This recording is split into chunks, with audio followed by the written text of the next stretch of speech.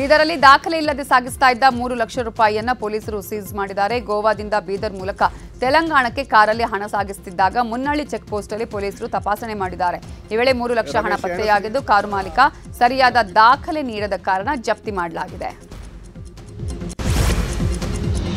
ಲೋಕಸಭಾ ಚುನಾವಣೆ ಹಿನ್ನೆಲೆಯಲ್ಲಿ ಗಡಿ ಚೆಕ್ ಪೋಸ್ಟ್ಗಳಲ್ಲಿ ಅಧಿಕಾರಿಗಳು ಅಲರ್ಟ್ ಆಗಿದ್ದಾರೆ. ಸೂಕ್ತ ದಾಖಲೆ ಇಲ್ಲದೆ ಸಾಗಿಸ್ತಾ ಇದ್ದಂಥ 6.65 ಲಕ್ಷ ಹಣ ಜಪ್ತಿ ಮಾಡಲಾಗಿದೆ. ಬೆಳಗಾವಿ ಮೂಲದ ಅಮೂಲ ವಿದ್ಯಾಧರ್ ಎಂಬುವರು ಮಹಾರಾಷ್ಟ್ರದಿಂದ ಬೆಳಗಾವಿಗೆ ಬರ್ತಾ ಇದ್ರು. ತಡರಾತ್ರಿ 12:30ಕ್ಕೆ ಬೆಳಗಾವಿ ಗ್ರಾಮೀಣ ಎಸಿಪಿ ಎಸ್ಎಸ್ಟಿ ತಂಡದ ಪ್ರಶಾಂತ್ ನೇತೃತ್ವದಲ್ಲಿ ದಾಳಿಯನ್ನು ಮಾಡಿ ಹಣವನ್ನು ಸೀಸ್ ಮಾಡಲಾಗಿದೆ. ಬೆಳಗಾವಿ ಗ್ರಾಮೀಣ ಪೊಲೀಸ್ ಠಾಣಾ ವ್ಯಾಪ್ತಿಯಲ್ಲಿ ಈ ಘಟನೆ ನಡೆದಿದೆ.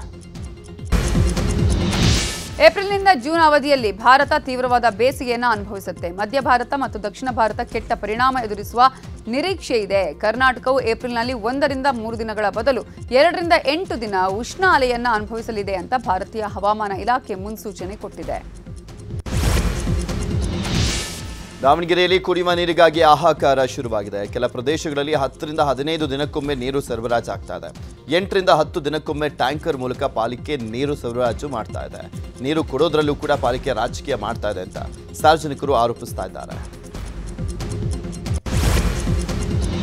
ಭೀಕರ ಬರದಿಂದ ಕಂಗೆಟ್ಟಿರೋ ಕೊಪ್ಪಳ ರೈತರಿಗೆ ಕರ ವಸೂಲಿ ಕಂಟಕ ಎದುರಾಗಿದೆ. ಗ್ರಾಮೀಣ ಭಾಗದಲ್ಲಿ 100% ಕರ ವಸೂಲಿ ಮಾಡುವಂತೆ ಜಿಲ್ಲಾ ಪಂಚಾಯತ್ ಮುಖ್ಯ ಕಾರ್ಯನಿರ್ವಹಣಾಧಿಕಾರಿಗಳು ಗ್ರಾಮ ಪಂಚಾಯತ್ಗೆ ಸೂಚನೆ ಕೊಟ್ಟಿದ್ದಾರೆ. ಮೊದಲೇ ಮಳೆ ಇಲ್ಲ, ಬೆಳೆ ಇಲ್ಲ, ಇಂತಹ ಹೊತ್ತಲ್ಲಿ ತೆರಿಗೆ ಕಟ್ಟೋದು ಹೇಗೆ ಅಂತ ರೈತರು ಅಳಲನ್ನ ತೋಡ್ಕೊಳ್ತಿದ್ದಾರೆ. ಅಕ್ರಮವಾಗಿ ಮಗು ದತ್ತು ಪಡೆದ ಕೇಸಲ್ಲಿ ಇವತ್ತು ಸೋನುಗೌಡ ಜಾಮೀನು ಅರ್ಜಿಯ ವಿಚಾರಣೆ ನಡೆಯಲಿದ್ದು, ಕಾನೂನು ಬಾಹಿರವಾಗಿ ದತ್ತು ಪಡೆದ ಆರೋಪದಲ್ಲಿ ಸೋನುಗೌಡ ಬಂಧನಕ್ಕೊಳಗಾಗಿದ್ದು 1 ವಾರದಿಂದ ಜೈಲಲ್ಲಿದ್ದು ಇವತ್ತು ಜಾಮೀನು ಸಿಗುವ ನಿರೀಕ್ಷೆಯಲ್ಲಿದ್ದಾರೆ ರೀಲ್ಸ್ ನಟಿ ಸೋನು ಶ್ರೀನಿವಾಸ್ ಗೌಡ. ಬೆಂಗಳೂರಿನ ಕೆಆರ್ಪುರಂ ಸಾರ್ವಜನಿಕ ಆಸ್ಪತ್ರೆ ಪ್ರಸೂತಿ ಮತ್ತು ಸ್ತ್ರೀ ರೋಗ ತಜ್ಞೆ ಲೀಲಾ ಸಂಪತ್ ಕುಮಾರ್ ಅವರನ್ನು ಅಮಾನತುಗೊಳಿಸಲಾಗಿದೆ. ವೈದ್ಯಕೀಯ ವಿಜ್ಞಾನ ಮತ್ತು ಸಂಶೋಧನಾ ಕೇಂದ್ರ ವಿದ್ಯಾರ್ಥಿಗಳಿಗೆ ಅವಾಚ್ಯ ಶಬ್ದಗಳಿಂದ ನಿಂದನೆ ಆರೋಪದ ಹಿನ್ನೆಲೆಯಲ್ಲಿ ಸಸ್ಪೆಂಡ್ ಮಾಡಲಾಗಿದೆ. ಇಲಾಖೆ ವರದಿ ಆಧರಿಸಿ ಆರೋಗ್ಯ ಮತ್ತು ಕುಟುಂಬ ಕಲ್ಯಾಣ ಆಯುಕ್ತ ಡಿ ರಂದೀಪ್ ಅವರು ಅಮಾನತು ಮಾಡಿ ಆದೇಶವನ್ನು ಹೊರಡಿಸಿದ್ದಾರೆ. ಇವತ್ತು ಪೊಲೀಸ್ ಧ್ವಜ ದಿನಾಚರಣೆ. ಹೀಗಾಗಿ ಬೆಂಗಳೂರಿನ ಕೋರಮಂಗಲ ಕೆಎಸ್ಆರ್ಪಿ ಮೈದಾನದಲ್ಲಿ ಕಾರ್ಯಕ್ರಮ ನಡೀತಾ ಇದ್ದು, ಕಾರ್ಯಕ್ರಮದಲ್ಲಿ ಕರ್ನಾಟಕ ಸರ್ಕಾರದ ಮುಖ್ಯ ಕಾರ್ಯದರ್ಶಿ ರಜನೀಶ್ ಗೋಯಲ್, ಸರ್ಕಾರದ ಅಪರ ಮುಖ್ಯ ಕಾರ್ಯದರ್ಶಿ ಎಸ್ಆರ್ ಉಮಾಶಂಕರ್, ಡಿಜಿ ಮತ್ತು ಐಜಿಪಿ ಅಲೋಕ್ ಮೋಹನ್ ಸೇರಿದಂತೆ ಹಿರಿಯ ಪೊಲೀಸ್ ಅಧಿಕಾರಿಗಳು ಭಾಗಿಯಾಗಿದ್ದಾರೆ. ರಾಜ್ಯದಲ್ಲಿನ ಕ್ಲಿಷ್ಟಕರ ಹಾಗೂ ಸೂಕ್ಷ್ಮ ಅಪರಾಧ ಪ್ರಕರಣಗಳ ಕುರಿತಾದ ಬಗ್ಗೆ ಮಾಹಿತಿ ನೀಡಲಾಗುತ್ತಿದೆ. ಅಬಕಾರಿ ಹಗರಣದಲ್ಲಿ ದೆಹಲಿ ಸಿಎಂ ಅರವಿಂದ್ ಕೇಜ್ರಿವಾಲ್ ತಿಹಾರ್ ಜೈಲು ಸೇರಿದ್ದಾರೆ.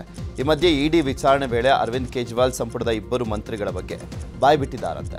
ಆಪ್ ಸಚಿವೆಯಾದಂಥ ಆತಿಶಿ ಹಾಗೂ ಸಚಿವ ಸೌರಭ್ ಅವರು ಪಾತ್ರದ ಬಗ್ಗೆ ಕೇಜ್ರಿವಾಲ್ ಹೇಳಿದ್ದಾರಂತೆ. 2024ರ ಮಾರ್ಚ್ ತಿಂಗಳಲ್ಲಿ ಕರ್ನಾಟಕದಲ್ಲಿ ಒಟ್ಟಾರೆ 11,392 ಕೋಟಿ ಜಿಎಸ್ಟಿ ಸಂಗ್ರಹವಾಗಿದೆ. ಈ ಮೂಲಕ ಕರ್ನಾಟಕ ದೇಶದಲ್ಲೇ 2ನೇ ಸ್ಥಾನದಲ್ಲಿ ಮುಂದುವರೆದಿದೆ. ಮೊದಲ ಸ್ಥಾನದಲ್ಲಿ ಎಂದಿನಂತೆ ಮಹಾರಾಷ್ಟ್ರ 27,688 ಕೋಟಿ ರೂಪಾಯಿಯೊಂದಿಗೆ ಮೊದಲ ಸ್ಥಾನದಲ್ಲಿದೆ. ಆದರೆ ಕಳೆದ 1 ವರ್ಷದಲ್ಲಿ ಗಣನೀಯ ಪ್ರಗತಿ ಸಾಧಿಸಿದ ಪ್ರಮುಖ ರಾಜ್ಯಗಳ ಪೈಕಿ ಕರ್ನಾಟಕ ಮೊದಲ ಸ್ಥಾನ ಪಡೆದಿದೆ. 2023ರ ಮಾರ್ಚ್ನಲ್ಲಿ ಕರ್ನಾಟಕ 10,360 ಕೋಟಿ ರೂಪಾಯಿ ಜಿಎಸ್ಟಿ ಸಂಗ್ರಹಿಸಿದರೆ ಕಳೆದ ತಿಂಗಳು 10,014 ಕೋಟಿ ರೂಪಾಯಿ ಸಂಗ್ರಹಿಸಲಾಗಿದೆ. ಕೇರಳದ ಕೊಲ್ಲಂನಲ್ಲಿ ಬಿರುಗಾಳಿ ಸಹಿತ ಭಾರಿ ಮಳೆಯಾಗಿದೆ. ಭಾರಿ ಮಳೆಯಿಂದ ಹಲವು ಮನೆಗಳಿಗೆ ನೀರು ನುಗ್ಗಿದೆ. ಮನೆಗೆ ನೀರು ನುಗ್ಗಿದ ಪರಿಣಾಮ ಮನೆಯಲ್ಲಿದ್ದಂಥ ವಸ್ತುಗಳು ನೀರಿನಲ್ಲಿ ಕೊಚ್ಚಿಕೊಂಡು ಹೋಗಿದೆ. ಸದ್ಯ ಸಮುದ್ರದ ಅಲೆಗಳು ಕಡಿಮೆಯಾಗಿದ್ದು ಜನರು ನಿಟ್ಟುಸಿರನ್ನು ಬಿಟ್ಟಿದ್ದಾರೆ. ಬಾಂಗ್ಲಾದೇಶದಲ್ಲಿ ಭಾರತದ ಉತ್ಪನ್ನಗಳನ್ನು ಬಹಿಷ್ಕರಿಸುವಂತೆ ಅಭಿಯಾನ ತೀವ್ರಗೊಂಡಿದೆ. ಚೀನಾದ ಕುಮ್ಮಕ್ಕಿನಿಂದ ನೇಪಾಳ, ಶ್ರೀಲಂಕಾ, ಮಾಲ್ಡೀವ್ಸ್ ದೇಶಗಳು ಭಾರತ ವಿರೋಧಿ ನಿಲುವು ತಳೆದ ಬೆನ್ನಲ್ಲೇ ಬಾಂಗ್ಲಾ ಕೂಟ ಚೀನಾದ ಕುಮ್ಮಕ್ಕಿಗೆ ಒಳಗಾದ ಶಂಕೆ ಇದೆ. ಶೇಖ್ ಹಸೀನಾ ನೇತೃತ್ವದ ಅವಾಮಿ ಲೀಗ್ ಪಕ್ಷ ಸತತ 4ನೇ ಬಾರಿ ಅಧಿಕಾರಕ್ಕೇರಿದ ಬೆನ್ನಲ್ಲೇ ಬಾಯ್ಕಾಟ್ ಭಾರತ ಅಭಿಯಾನ ಜೋರಾಗಿದೆ. ಭಾರತದಿಂದ ಎಲ್ಲಾ ವಸ್ತುಗಳ ಆಮದನ್ನು ನಿಷೇಧಿಸಬೇಕು ಅಂತ ಒತ್ತಾಯ ಕೇಳಿಬರ್ತಿದೆ. ಸಿರಿಯಾದ ರಾಜಧಾನಿಯಲ್ಲಿರುವಂಥ ಇರಾನಿನ ರಾಯಭಾರ ಕಚೇರಿ ಮೇಲೆ ಇಸ್ರೇಲ್ ದಾಳಿಯನ್ನು ಮಾಡಿದೆ. ದಾಳಿಯಲ್ಲಿ 8 ಮಂದಿ ಮೃತಪಟ್ಟಿದ್ದಾರೆ. ದಾಳಿಯಲ್ಲಿ ಅನೆಕ್ಸ್ ಕಟ್ಟಡವನ್ನು ನಾಶ ಮಾಡಲಾಗಿದೆ. ಇಸ್ರೇಲ್ ದಾಳಿಯು ಡಮಾಸ್ಕಸ್ನ ಇರಾನ್ ಕಾನ್ಸುಲೇಟ್ ಕಟ್ಟಡವನ್ನು ಗುರಿಯಾಗಿಸಿಕೊಂಡಿತ್ತು. ಆದರೆ ರಾಯಭಾರ ಕಚೇರಿಯ ಪಕ್ಕದಲ್ಲಿರುವಂಥ ಕಟ್ಟಡ ಅನೆಕ್ಸ್ ಅನ್ನು ನೆಲಸಮಗೊಳಿಸಲಾಗಿದೆ. ಬೆಂಗಳೂರಿನ ಎಚ್ಎಎಲ್ ಹೊಸ ದಾಖಲೆ ಬರೆದಿದೆ. ಇದೇ ಮೊದಲ ಬಾರಿ ಎಚ್ಎಎಲ್ ನಿರ್ಮಿತ 2 ವಿಮಾನಗಳನ್ನು ಗಯಾನಾ ದೇಶದ ರಕ್ಷಣಾ ಇಲಾಖೆ ಖರೀದಿಸಿದೆ. ಎಚ್ಎಎಲ್ ನಿರ್ಮಿತ ಡಾರ್ನಿಯರ್ 228 ಸರಣಿಯ 2 ವಿಮಾನಗಳು ಗಯಾನಾ ದೇಶದ ಜಗನ್ ಇಂಟರ್ನ್ಯಾಷನಲ್ ಏರ್ಪೋರ್ಟ್ಗೆ ಬಂದಿಳಿದಿವೆ. ನಿನ್ನೆ ಮುಂಬೈ ಇಂಡಿಯನ್ಸ್ ಹಾಗೂ ರಾಜಸ್ಥಾನ ರಾಯಲ್ಸ್ ಪಂದ್ಯ ನಡೀತಾ ಇತ್ತು. ಮುಂಬೈ ಇಂಡಿಯನ್ಸ್ ಫೀಲ್ಡಿಂಗ್ ಮಾಡ್ತಾ ಇದ್ದಾಗ ಅಭಿಮಾನಿಯೊಬ್ಬ ಭದ್ರತೆಯನ್ನು ಉಲ್ಲಂಘಿಸಿ ರೋಹಿತ್ ಶರ್ಮಾ ಭೇಟಿಯಾಗಲಿಕ್ಕೆ ಮೈದಾನಕ್ಕೆ ನುಗ್ಗಿದ್ದಾನೆ. ಈ ವೇಳೆ ಸ್ಲಿಪ್ನಲ್ಲಿ ನಿಂತಿದ್ದಂಥ ರೋಹಿತ್ ಶರ್ಮಾ ಅಭಿಮಾನಿಯನ್ನು ನೋಡಿ ಶಾಕ್ ಆದರು. ಬಳಿಕ ತಬ್ಬಿಕೊಂಡು ಶೇಕ್ ಹ್ಯಾಂಡ್ ಮಾಡಿ ಅಭಿಮಾನಿಯನ್ನು ಸಂತೈಸಿ ಕಳುಹಿಸಿದ್ದಾರೆ. ಅಲ್ಲಿಯೇ ಇದ್ದಂಥ ವಿಕೆಟ್ ಕೀಪರ್ ಇಶಾನ್ ಕಿಶಾನ್ಗೂ ಹ್ಯಾಂಡ್ ಶೇಕ್ ಕೊಟ್ಟು ವಾಪಸ್ ಓಡಿ ಬಂದಿದ್ದಾರೆ. ನ್ಯೂಸ್ 18 ಕನ್ನಡ ಈಗ ವಾಟ್ಸ್ಆಪ್ನಲ್ಲಿಯೂ ಲಭ್ಯ. QR ಕೋಡ್ ಸ್ಕ್ಯಾನ್ ಮಾಡಿ.